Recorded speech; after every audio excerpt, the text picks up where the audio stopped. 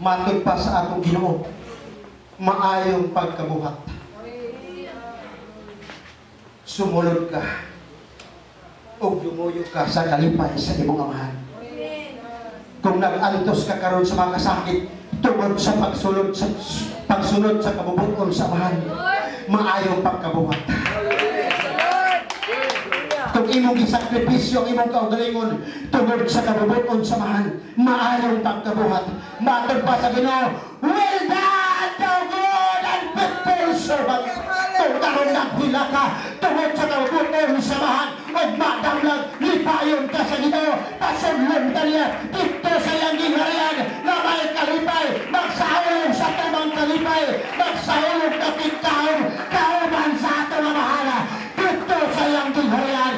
Saan to sa lang karon ang makasakit, anto sa karon ang paghirap tungod sa kabubuton sa Diyos kayo madamlag musunod ta, makikcelebrate ta kauban sa atong amahala dito sa iyang gingharian.